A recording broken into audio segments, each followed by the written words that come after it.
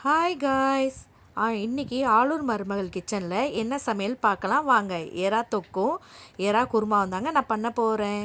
இப்போ பாருங்கள், நான் கொஞ்சம் எண்ணெய் ஊற்றிட்டேன். வெங்காயம் தக்காளி தேவையான அளவு நான் வெட்டி வச்சுருக்கேன். இப்போ வெங்காயத்தை போட்டு எண்ணெயில் போட்டு வதக்கிக்கலாம். எறாவை நல்லா கழுவி வச்சுருக்கேன். இங்கே பாருங்கள், வெங்காயத்தை போட்டுட்டேன் எண்ணெயில். கொஞ்சம் உப்பு சேர்த்துக்கலாம். இப்போ நல்லா வதங்க விட்டுருவோம். இப்போ பாருங்கள், நல்லா வதங்கட்டும். கொஞ்சம் உப்பு போட்டு நல்லா வதங்கட்டும். எறாவையும் கழுவி வச்சுருக்கேன். இப்போ தக்காளியை கொஞ்சம் நேரத்தில் ஆட் பண்ணிக்கலாம். இப்போ பாருங்கள், வெங்காயம் நல்லா வதங்கிருச்சுங்க. இந்த டைமில் நான் தக்காளியை ஆட் பண்ணிக்கிறேன். தக்காளியும் போட்டு நல்லா வதக்கிக்கலாம். இப்போ பாருங்கள், இந்த ஸ்டேஜில் கொஞ்சம் நான் மிளகாத்தூள் சேர்த்துக்கிறேன். கொஞ்சம் கலர் நல்லா பிரைட் கலர் கொடுக்கும். நம்ம அந்த வெங்காயம் தக்காளியோடு நம்ம கலந்துட்டா நல்லா வதங்கிருச்சுங்க. இந்த ஸ்டேஜில் நான் எறா கொஞ்சம் சேர்த்துக்கிறேன். எறா, இஞ்சி பூண்டு, கொஞ்சம் உப்பு சேர்த்துட்டு நல்லா நம்ம வதக்கிக்கலாம். அப்படியே நம்ம என்ன பண்ணணும், இப்போ போட்டிருக்க எல்லாத்தையும் அப்படியே நல்லா வதங்க விட்டுறணுங்க. இப்போ பாருங்கள், நல்லா கலந்து விட்டுறலாம். கலந்து அப்படியே நம்ம என்ன பண்ணணும், அந்த எண்ணெயிலேயே தான் வேக விட போகிறோம். அப்படியே மூடி வச்சிடலாம். சரிங்களா? ஒரு 15 மினிட்ஸ் கழித்து நம்ம இப்போ பார்ப்போம். இப்போ பாருங்கள், 15 மினிட்ஸ் ஆயிடுச்சு. இப்போ பாருங்கள், சூப்பராக சுவையான நல்ல எறா தொக்கு செம்மையாக ரெடி ஆயிடுச்சுங்க. இது போல் நீங்களும் ட்ரை பண்ணுங்கள், கமெண்ட் பண்ணுங்கள். சரிங்களா? மல்லிக்கீரை போட்டு நான் இப்போ இதை இறக்க போகிறேன். எறா தொக்கு ரெடி ஆயிடுச்சு. சூப்பரான சுவையான எறா தொக்கு. என்னுடைய சேனல் பிடிச்சிருந்தா லைக் பண்ணுங்கள், ஷேர் பண்ணுங்கள், மறக்காமல் சப்ஸ்கிரைப் பண்ணி வச்சுக்கோங்க. பெல் ஐக்கானை கிளிக் பண்ணி வச்சுக்கோங்க. இப்போ நம்ம அடுத்து பார்க்க போகிறது எறா குருமா நம்ம பண்ண போகிறோம். இப்போ பாருங்கள், தேவையான அளவு நான் எண்ணெய் ஊற்றிக்க போகிறேங்க. என்னுடைய பாத்திரத்தில் கொஞ்சம் எண்ணெய் ஊற்ற போகிறேன் நான்.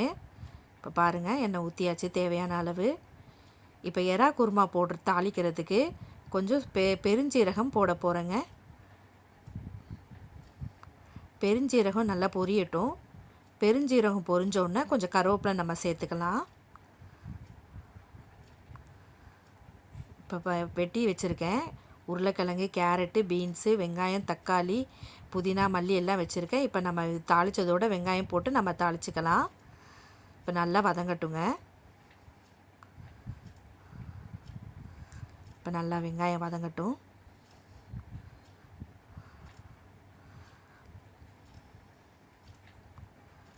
கொஞ்சம் நல்லா வெங்காயம் வதங்கினோடனே இப்போ கொஞ்சம் நம்ம தக்காளியை ஆட் பண்ணிடலாம். தக்காளி, பச்சை மிளகாவையும் போட்டிருக்கேன். பச்சை மிளகா எண்ணெயில் போட்டால் நல்லா வாசனையாக இருக்குங்க. அதனால் சேர்த்துக்கோங்க. கொஞ்சம் உப்பு போட்டுக்கிறேன் நான். நல்லா வெங்காயம், தக்காளி, பச்சை மிளகா எல்லாம் வதங்கட்டும். நல்லா வதங்கிருச்சுங்க.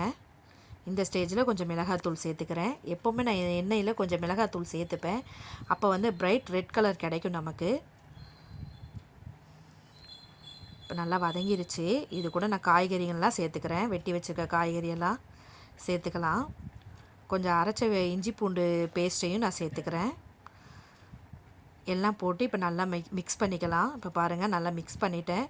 கொஞ்சம் தேவையான அளவு கொஞ்சம் நேரத்தில் தண்ணி ஊற்றிக்கலாம். இந்த எறாவையும் போட்டுருவோம்.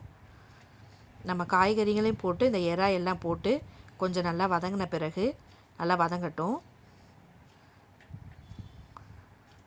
இப்போ தேவையான அளவு கரம் மசாலா போட்டிருக்கேன் நான். வீட்டு மசாலா தூள் தான். கொஞ்சம் தண்ணி ஊற்றி நல்லா பாருங்கள், இப்போ கொதி வந்துருச்சு. அப்படியே கொஞ்சம் நேரம் இருக்கட்டும். இப்போ கொஞ்சம் நம்ம என்ன பண்ண போகிறோன்னா, தேங்காய், கசகசா, பெருஞ்சீரகம், 2 மிளகு, பச்சை மிளகா நான் சேர்க்கலைங்க, ரொம்ப காரம் ஆகிடும். அதனால் இப்போ அதை நல்லா அரைச்சி எடுத்துக்கலாம். இப்போ பாருங்கள், தண்ணி ஊற்றி அரைச்சி எடுத்துக்கிட்டேன்.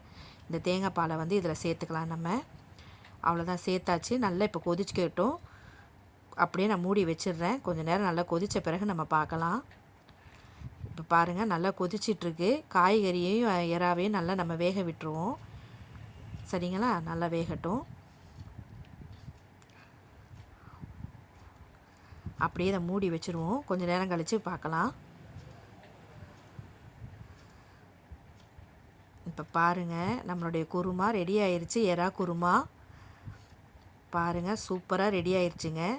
இப்போ ஒரு சின்ன டிப்ஸு சொல்கிறேன். நம்ம குழம்புல உப்பு அதிகமானால் எதுக்கும் கவலைப்படாதீங்க. உருளைக்கிழங்கு கொஞ்சம் எக்ஸ்ட்ரா ஆட் பண்ணிக்கோங்க. சரிங்களா? Bye guys. லைக் பண்ணுங்கள், ஷேர் பண்ணுங்கள்.